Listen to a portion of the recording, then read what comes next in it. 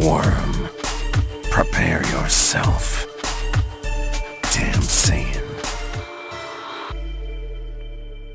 There are huge ramifications for Android 17's wish, and that is what Dragon Ball Kakumei covers. This is a fan-made manga.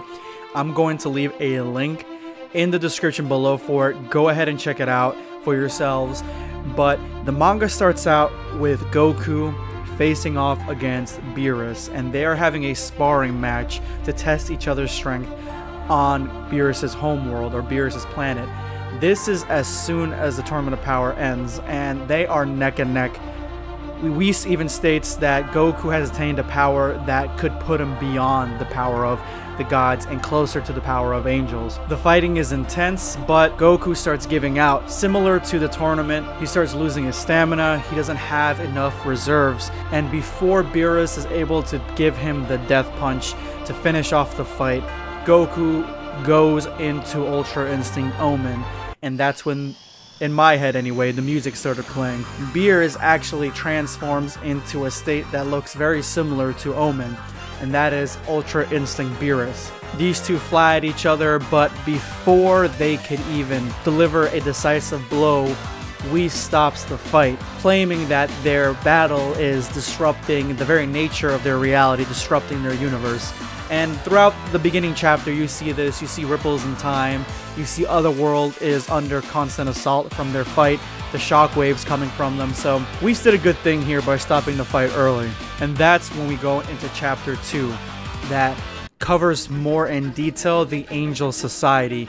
Now the Grand Priest is informing the angels that due to Android 17's wish, all the universes were brought back.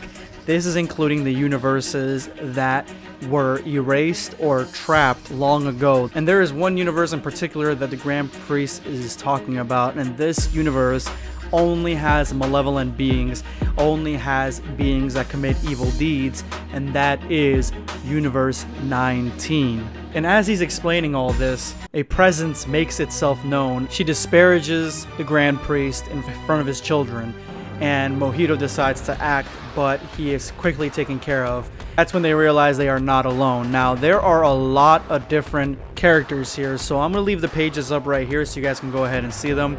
But these are essentially the angels and their gods of destruction for each individual universe that was erased. And they all have really cool designs. They look very similar to some of the fan-made art for gods of destruction before we actually saw what they looked like. So I think that these designs, although a bit too evil looking, they look pretty good, I think. But there is one god of destruction that stands out above all of these, and that is Frieza. Frieza is a god of destruction. He explains to Whis, who at this point now is regretting reviving him, that as soon as he found out that the other universes were restored, he went to one of them, challenged and killed that god of destruction, and then that angel made him that universe's god of destruction. At this point now is where the rest of the angels start asking exactly what their demands are, what do they want. And Whis asks what happened to Goku. Apparently Goku has gone on an undercover mission to go to Universe 19 to see exactly what's going on, because they are feeling high power levels and evil power levels in that universe, and Goku has not returned.